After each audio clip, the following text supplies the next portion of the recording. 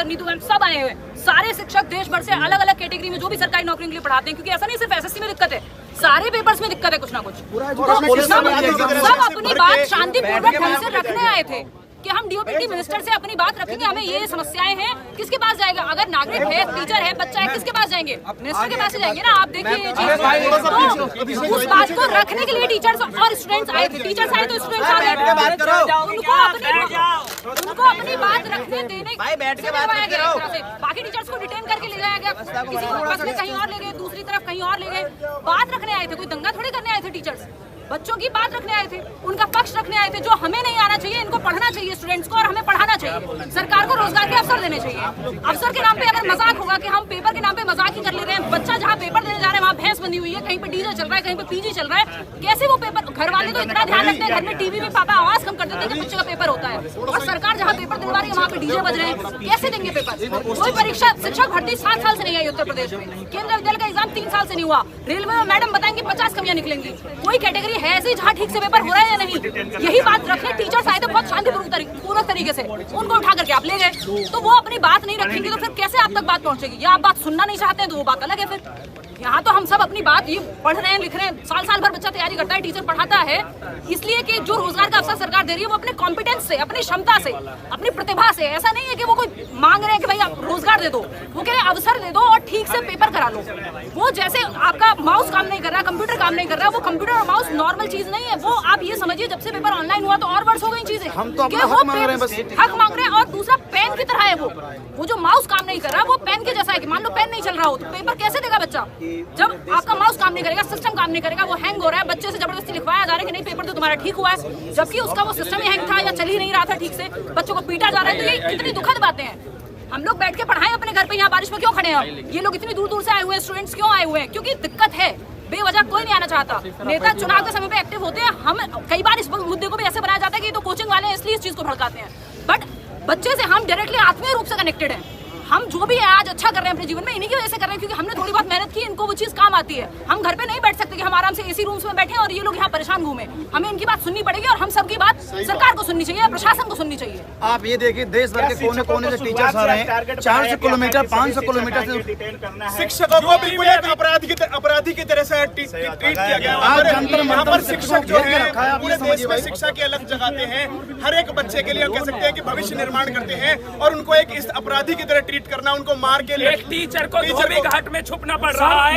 8 साल से कोई भर्ती नहीं आई है, यूपी शिक्षक भर्ती। जब लोग आए तो उन्होंने पूछा फिक्स नहीं है, लेकिन चुनाव की डेट फिक्स है कि चुनाव हर साल में होगा, लेकिन भर्ती कब होगी इसका कोई टाइम टेबल नहीं है। कब भर्ती आएगी?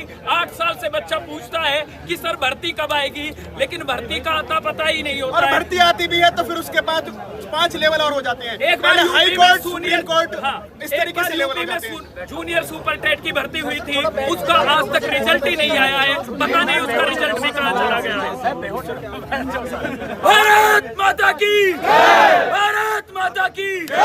एग्जाम में धांधली बंद करो, बंद करो, एग्जाम में धांधली बंद करो, बंद करो। भारत माता की इंकलाब जिंदाबाद, इंकलाब। सर दूसरी चीज में अध्यापक को गिरफ्तार किया गया है, सबको छोड़िए। और हम लोग यहाँ पर शौक से धरना देने के लिए नहीं बैठे हैं, मजबूर हुए हैं। बच्चों के हाथ है, बच्चों हमारे पास आते हैं। तरह तरीके से एग्जाम कराइए।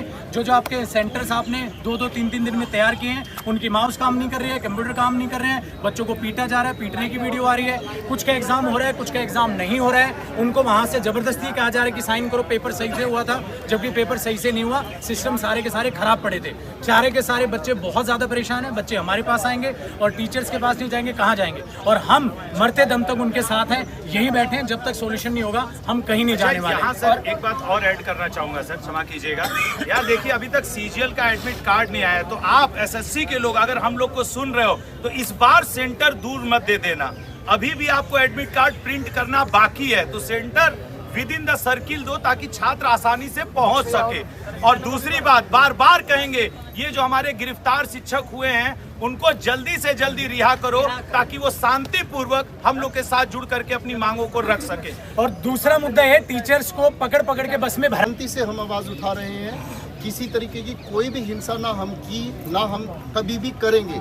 ये सभी आप ही के लिए बच्चे इकट्ठे हुए हैं। भारत सरकार भी आपके साथ है। हमारी आवाज़ सुनी नहीं जा रही है, कहीं ना कहीं कमी भी हमारी ही है। तो सबसे पहले तो हमारे टीचर्स को वापस करो। हमारे टीचर जितने भी गिरफ्तार हुए हैं उन सभी को रिहा करो। हम अपनी बात बड़ी शांति से रख रहे हैं और हम अपनी बात को मनवाएंगे। सरकार हमारी है तो बात भी हमारी सुनेगी। गिरफ्तार शिक्षकों को और हमारा जो भी साथी टीचर जैसे जाके थोड़ी दूर जाके वो छोड़ दे रहे हैं तो जल्दी से छोड़ें, और जो भी टीचर छूटता जाएगा वो तुरंत सब यहाँ जुड़ते चले जाएंगे जंतर मंतर। अगर कोई भी टीचर हमारे साथी देख रहा है जो बात अभी तक पहुँच नहीं पाई है, आप छुटते ही डायरेक्ट जंतर मंतर पर पहुँचो। हम यहीं पे बैठे हुए हैं। कोई तुम्हारे हाथ नहीं कांपते इनको मारने से पहले, कॉलेज से इनको निकालने से पहले। खुलेआम घूमते हैं जहां रेप करके लोग, वहां स्टूडेंट्स को जेलों में डालने से पहले। जिस देश का बच्चा सड़कों पे मार खाता है, झूठे जीत जाते हैं और सच्चा हार जाता है। एग्जाम्स होने से पहले ही पेपर लीक हो जाता है, जहां रेप के आरोपियों को पूजा जाता है। वहां क्या ही उम्मीद लगाएं सरकारों से हम, मार रहे सर को अपने दीवारों से हम। इस देश को बदलने का भरते हैं जो दम, उनको मार खाता देखकर हो जाती आंखें नम। ये फूल है खिलने से पहले तोड़े जा रहे हैं, जो फूल है वो लोग इनको तोड़े जा रहे हैं। देख रहा है विनोद मुद्दे मोड़े जा रहे हैं, आशाओं पर आंसू के गोले छोड़े जा रहे हैं। कैसा डंका बज रहा है भाई विश्व में, हमारा एजुकेशन सिस्टम ही कोलैप्स हो रखा है सारा। यहाँ बाहर से आया हुआ बंदा सांस नहीं ले सकता, सच कहने पर ना लग जाए मुझ पर कानून की धारा।